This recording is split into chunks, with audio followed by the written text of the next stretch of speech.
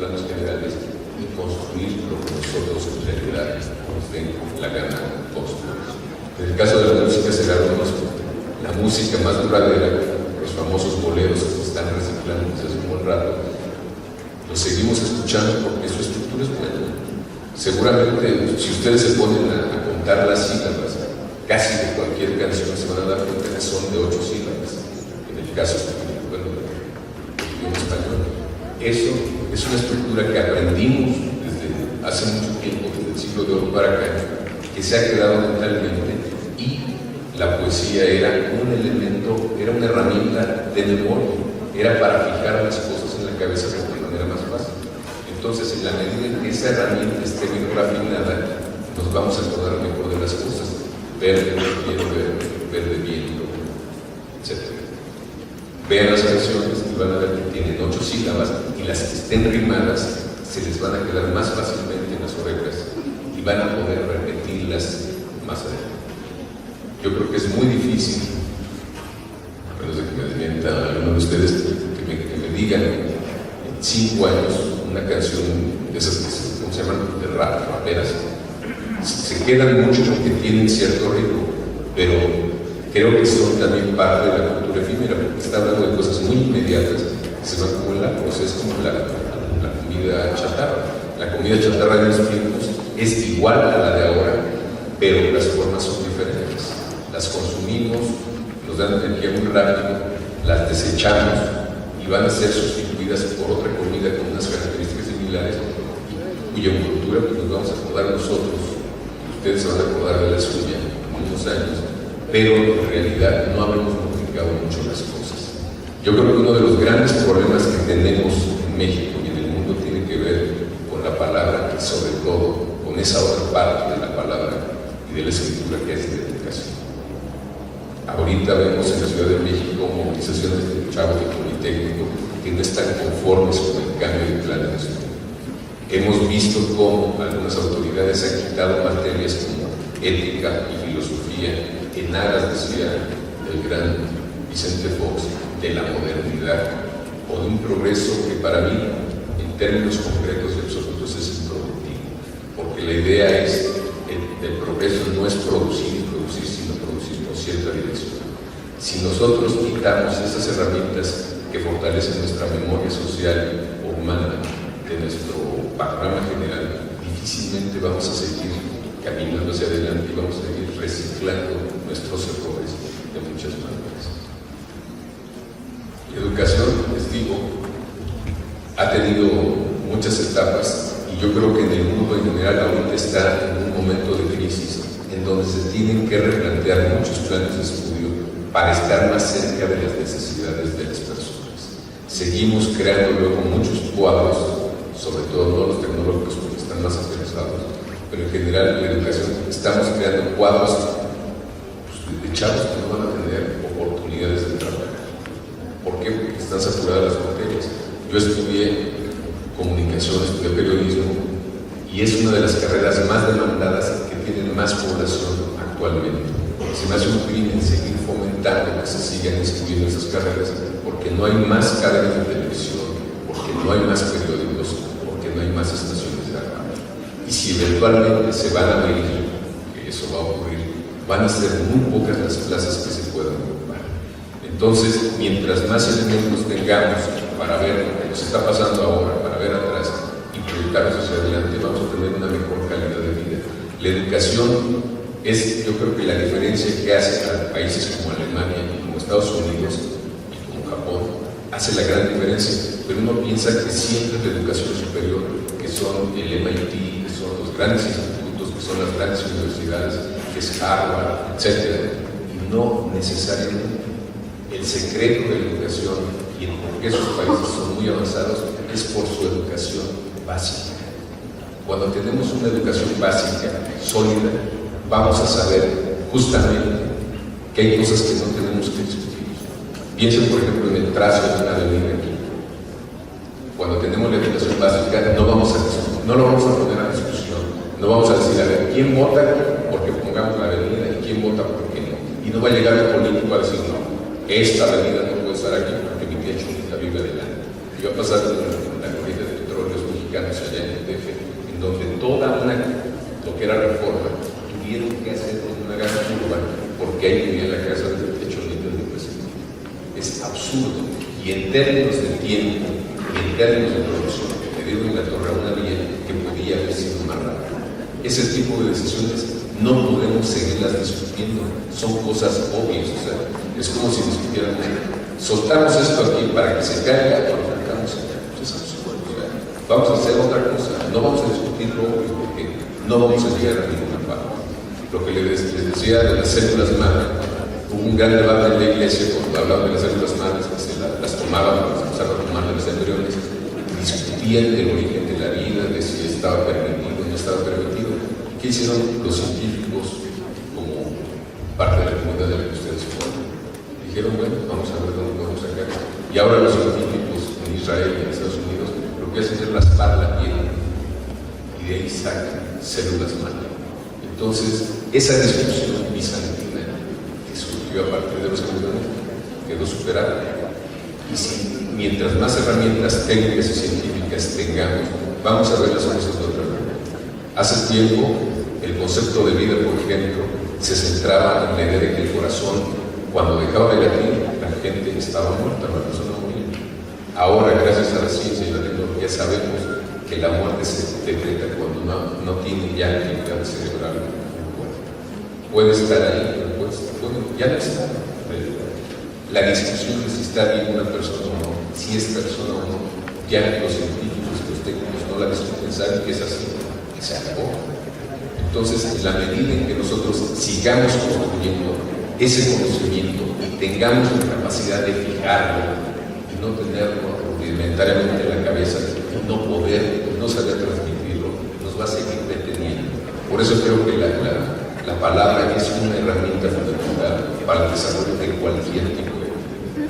Y no, ahora sí que no lo digo porque esté en esa área, sino porque también reconozco que hay otro lenguaje, que son las matemáticas, que es lo mismo.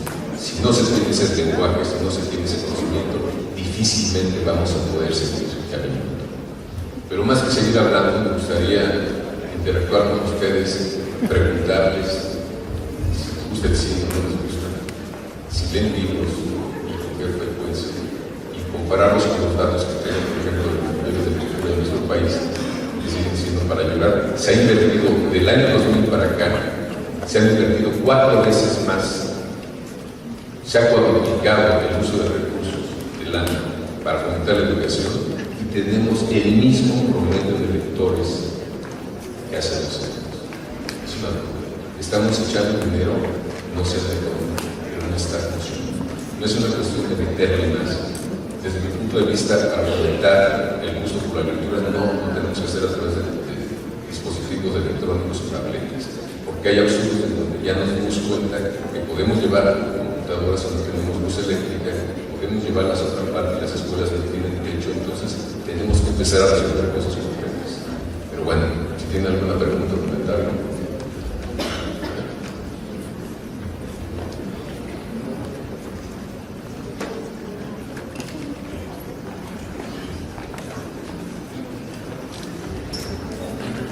Bueno, yo les pediría entonces que me hablaran de una película que esté basada en algún libro y que me digan qué es lo que más les llegó. O les doy un ejemplo. Ustedes vieron Harry Potter, las 6 películas, ¿no? Vieron un personaje. A ver, digo esto y ahorita les estoy hablando. Vieron un personaje ahí terrorífico que es una araña gigantesca. Saben que se llama Aracne, seguramente. Si ustedes se hubieran asomado a los libros de la Divina Comedia, al área del purgatorio, en la sección ilustrada Bordore, que es un gran grabador, se habrían dado cuenta que hay una gran araña, que es Aracne justamente, que es la mujer convertida en araña por los dioses para que no pudiera competir, porque era una tejedora mundial. Entonces la maldijeron y le hicieron ese monstruo, ¿no? Pero si jalan esa era, esa Aracne de Dante, y a nosotros muy atrás, podemos llegar a los griegos en donde se apuntó justamente el mito de Aracne. Entonces todo lo que es tradición literaria y cultural es como un hilo, es una tradición que vamos jalando, es una hebra que si le jalamos impacta tanto esa imagen es porque viene de una gran tradición, de una gran cultura que hemos estado absorbidos sin darnos cuenta. Cuando la vemos, nos gusta, nos atrae, nos causa repulsa, pero siempre nos tiene la mirada fija. Ahora sí.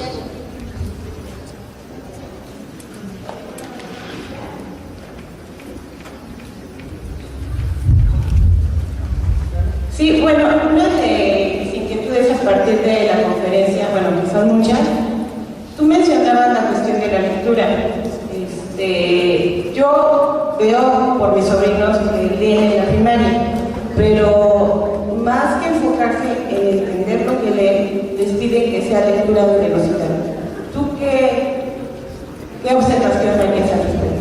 Pues yo creo que parte del fracaso educativo tiene que ver con ese tipo de planes de estudio. Son lecturas de velocidad y son lecturas a partir de la lingüística estructural.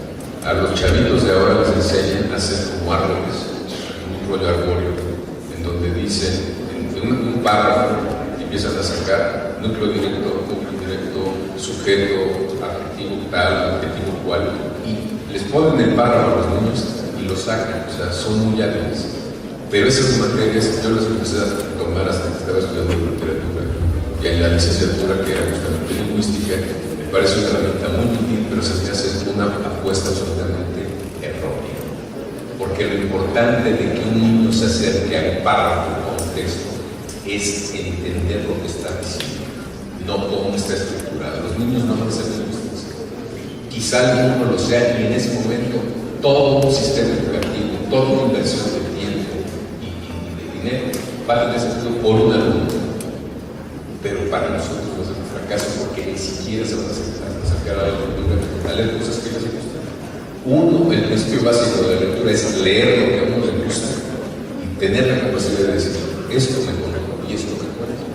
Así como cuando vamos al cine, vemos una película y nos gusta, los chavos deben tener la capacidad de decir, mira, leí La Isla del Tesoro y encontré que ahí se habla de un cofre y se habla de un pirata que tiene la pata del palo. Y es igual que las películas. Y si el niño tiene interés, se va a dar cuenta que quien fijó la imagen del pirata que tenemos actualmente fue Stevenson en La Isla del Tesoro. Él dijo que el prototipo del pirata es así: es rudo, es alcohólico, es misógino, le falta una pata, tiene un garfio en la mano, tiene un parche. Además tiene su cofre de domones de oro. Esa imagen que aparece en toda película que se dedica a ese tema de piratas, la hizo Stevenson. Entonces, si los niños no tienen la capacidad de entender la historia que nos están contando, que jubilen esos planes, son un gran fracaso.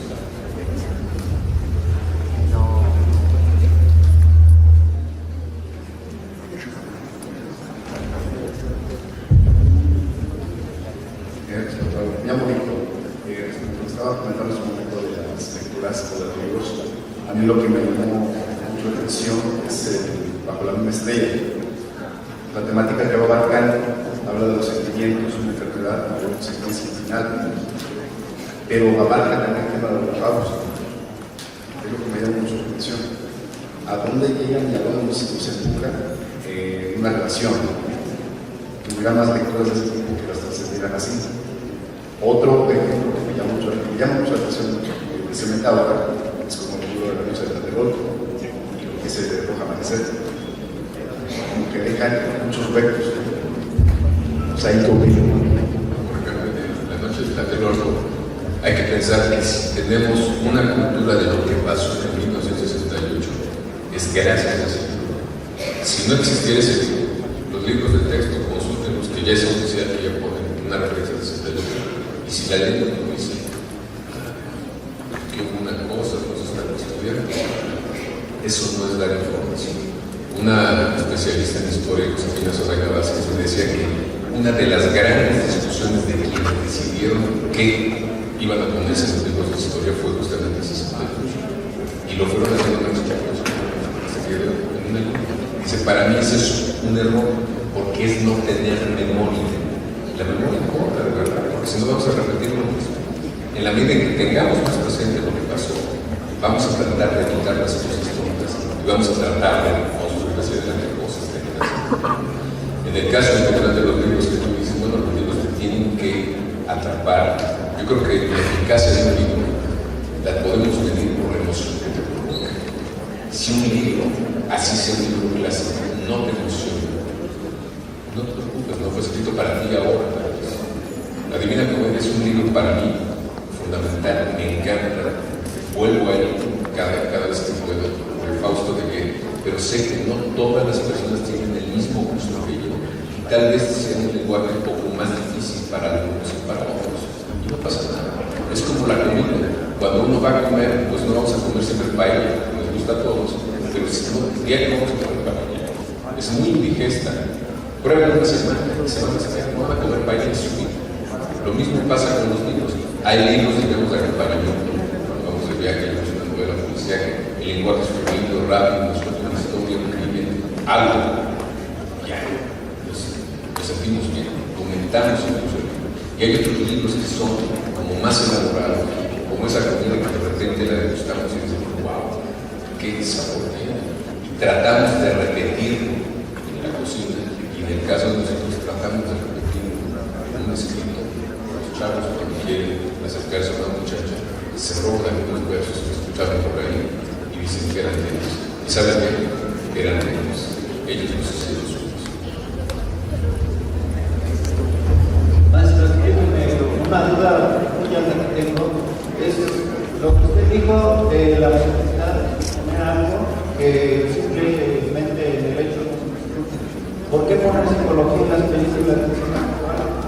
Psicología que muchas personas no entienden. Entonces, ¿por qué se los tratan de transmitir si en verdad no lo entienden? Hay que ver qué películas. Hay simbología en muchas culturas. Hay símbolos universales, por ejemplo, la cruz, la media luna, ya sabemos que es el mundo árabe, etc. Hay símbolos que están. Y hay símbolos que se comparan. Por ejemplo, un símbolo tiene diferentes armaduras, formas de aparecer, es el hecho de que los dioses tenían el fuego del conocimiento y uno de ellos robó el fuego del conocimiento y se lo dio a los hombres. Es el Prometeo de los antiguos griegos, que fue condenado a estar en una cadena, en una piedra, y a que un águila, un buitre, le estuviera devorando y ganaba de manera constante, le decía, en el caso de, por ejemplo, el Prometeo mexicano es el Tlacuache, es el que roba el fuego del sol, el fuego de los dioses, y se los da a los hombres. Promete a su se los da a los hombres, y lo que lleva en pena a él es que se quema la cola, por eso el Tlacuache con la cola con las ratas. Entonces, pero es el mismo principio. Entonces, hay símbolos que con distinta armadura más o menos se comparten, hay otros que no se comparten.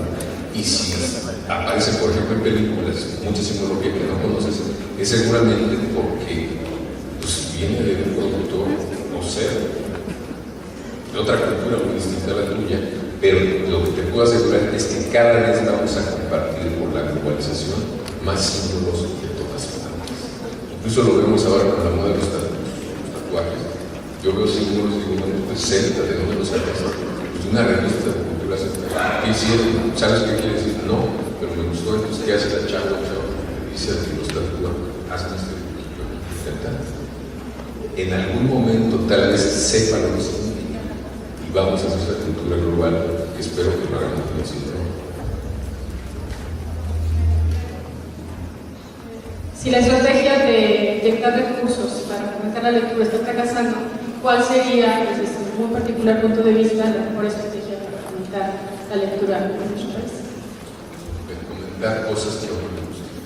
Yo colaboro en la jornada de los militares, colaboro con Grosso hace poco. Tenía algo de dudas de colaborar a él porque yo no soy un payaso, lo que voy a hacer es hablar de mí. Pero hay una cosa muy importante en los medios que es la posibilidad de que te lean o se acerquen a lo que tú quieres comentar en materia de libros a través de un medio de una televisión. Y el fenómeno que he visto es realmente muy sorprendente. Y yo creo que la forma de acercar los libros es hablar de los libros que a uno le gustan. A mí, cuando empecé a colaborar con Grosso, me decían, pero tú no hablas de las novedades, tú no estás diciendo, no hablas de crepúsculo. No, yo hablo de los libros que me gustan. Y yo les voy a compartir los libros que para mí son los mejores. Yo no les voy a sacar una bolsa de charritos. Hay muchos que hacen crítica de libros que hablan del último libro de fulano, es el libro del siglo, es el libro del año. Yo no podría leer tantos libros del año. Estoy seguro que al año siguiente habrá otros. Y los que sí puedo estar seguros son los famosos clásicos. Los clásicos son los bestsellers de todos los libros, que sin publicidad y sin propaganda llegan a todas partes. Me dicen, oye maestro, pero los libros son carísimos. Los libros más baratos son los mejores.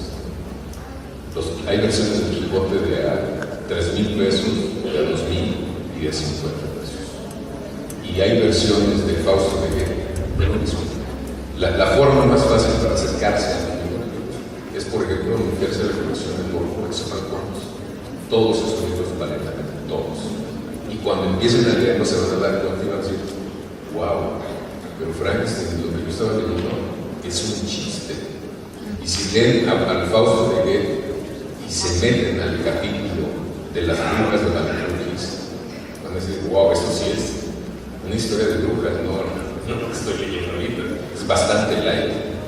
Si llegas a esto, ya lo hiciste. Yo creo que hay que ponerse a la vez, compartir lo que a uno le gusta y no entrar en la red del mercado, sino es una parte más que va a seguir reproduciendo el precio de la literatura.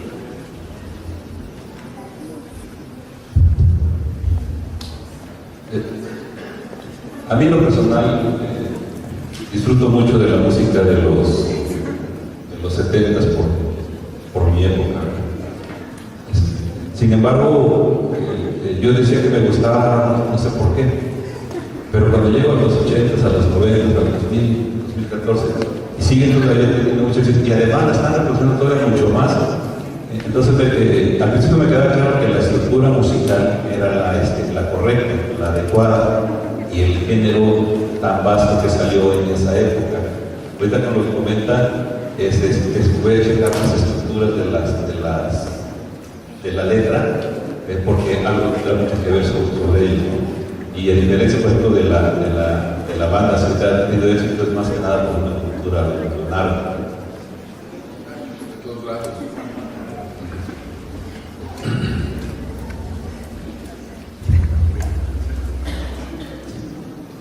Sí, lo que nada más para terminar era que mis hijos, 25, 30 años, sus amigos, dicen que ahorita en los antros, el antro que tiene más éxito y más chavos en él es donde toca música de los 70. Bueno, parte de la música de los 70 son los Beatles.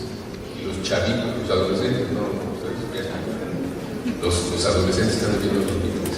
¿Y por qué están oyendo a los Beatles? Porque ellos sí son una banda pop, sí, pero se fueron a Alemania a estudiar música en las mejores escuelas. Y se fueron a la India a estudiar música en la India, en las mejores escuelas. Y lo que hicieron fue jalar de esas culturas lo mejor musicalmente. Ahora sí que la interpretaron, crearon canciones que los chavos de ahora sí cantan. ¿Por qué? Porque la estructura es vamos a terminar las preguntas para mencionar a cada uno de ustedes. Están haciendo llegar preguntas escritas y seguimos con la post-escritas, por supuesto. Adelante. ¿Qué consejo podría darle a los que nos gustaría compartir la palabra por medio de la escritura? Parece que lo más fácil y lo más difícil, ponerse a leer y ponerse a escribir. En la medida en que uno ejercite la mano, es como, fíjense, también hay cosas que ustedes dicen, es que es muy difícil, ¿cómo le voy a hacer? Y todos dicen, no, el deporte es la salvación del deporte, eso no nos cuesta trabajo. Si van a ser deportistas en serio, tienen que entrenar todos los días, y tienen que estar 3 horas, tienen que sudar, tienen que sufrir, tienen que no ver a nadie. Si quieren realmente presentar la prueba, tienen que ponerse a leer. Claro, yo sugiero siempre que hagan la lectura de lo que les gusta. Yo tuve una etapa cuando era joven, donde decía, estos libros tienen que leer por ellos, que dicen en el periódico, que salen tan. Y ahorita ya me di cuenta que estaba equivocado. Solo hay que leer lo que a uno le gusta, así sea un bestseller. Porque ese bestseller de Brujas me va a llevar eventualmente al Fausto, porque ese de Crepúsculo de ese tipo de personajes o de situaciones, y voy a llegar allá. Si me gusta la cosa fantástica, voy a llegar también a los símbolos griegos y a los de la India y a los de China. Entonces, hay que abrir la puerta. Sí, pues, leer lo que a uno les gusta, escribir y darse un valor de cualquier cosa. Esa es la prueba de fuego. Háganle la carta más bonita de amor a la novia. Se la dan y la chica se queda con cara de sorpresa. Yo le quiero hacer este comentario, ¿no? Hablamos de la lectura, de lo poco que se lee en México, pero siento que se ha empezado a leer un poco de algunos años hacia acá, principalmente por los medios con que contamos. Es más fácil que me meta yo a Facebook, me ponga yo a leer redes, cosas que a veces se las asignan a otro que no es del que están hablando en sí. Y también la política del país. Si hablábamos de que en el 68 no lo hicieron aparecer en los libros de historia, a Lázaro Cárdenas, los libros de bachillerato, y se veía casi en un mes se hablaba de Cárdenas, y me lo redujeron a hablar de él en 2 clases. Y es para mí una lectura muy importante. ¿Qué fue lo que sucedió? Que su hijo quiso buscar ser presidente de la República, no fue el PRI, y esto nos llevó a él. Con Fox desaparecieron de las bibliotecas públicas muchos libros, y hablamos de uno de ellos básico, el Principito, que siempre nos enseñará algo. Entonces, esa es la cuestión. Cierto, nos gusta algo, hay que hacerlo. Hace 2 años tomé un curso de cultura de arte taurino, algo muy propio en Tlaxcala, y él me llevó a escribir en un periódico digital. A lo mejor escribo cosas no muy bien estructuradas, estoy empezando, pero estoy haciendo lo que me gusta. Gracias. Bueno, acabas de mencionar una cosa muy importante, y es Facebook. Si uno entra a ese mundo digital, se va a dar cuenta que se está modificando el lenguaje. Escriben pedazos de palabras con letras, placares que se están utilizando. Y yo veo con asombro que instituciones como la Real Academia de la Lengua, antes la Academia, uno decía, ¿cómo se dice tal cosa? Solo se acentúa o no se acentúa. Entonces uno entraba al diccionario, cuando se acentúa, cuando quiere decir únicamente, y no lleva acento cuando habla de soledad. Entonces era un principio rector. O sea, bueno, quiero decir esto, lo pongo así, no lo pongo. Y ahora con las redes, con este flujo tan rápido, decía que vivimos una época en donde más se escribe, más se lee, pues leemos en prosa tartamuda, y en prosa tartamuda escribimos. Más o menos nos entendemos, pero es muy claro también. Ustedes ven a los chavos cuando están ahí chateando, están ahí entradísimos, se ponen cosas y caritas y bonitos, y cuando están frente a frente, los mismos que se estaban declarando todo, se quedan mudos, no tienen nada que decir, porque no pueden articular realmente todo eso que ellos querían y creen que el otro entendió. Y el otro entendió una parte, seguramente quería estar con ella con él, lo que sea, pero cómo lo articulamos es otra cosa. Eso lo estamos perdiendo en instituciones como la Real Academia, y está entrando al pueblo, porque uno se acerca a una academia y le decimos un ejemplo, porque no es el caso, pero para que me entiendan. Uno les puede decir, ¿cómo se dice? Bueno o bueno. Entonces los académicos de ahora dicen, bueno, la palabra correcta es buey, y es el macho de un ganado, vacuno, etc. Pero también se está utilizando buey, que es una grosería que puede parecer altisonante, pero el uso ha hecho que sea tan común que significa algo así como mano. ¿Qué onda, güey? Entonces ahí la academia no está diciendo a nosotros, está diciendo, hagan lo que quieran. Y con lo que no estoy de acuerdo con los académicos es que están cobrando una lana y van a construir su otro edificio, y van a seguir cobrando su dinero por no hacer un trabajo de tendría que haber hecho. Otra pregunta. ¿Se emociona con la yarda cuando va amoroso? La real. ¿Quién usa esa pregunta? ¿Se ha valido? No, pues así es la cosa. No, bueno. el que me preguntó si eso, si se acercara a la verdad, se emociona.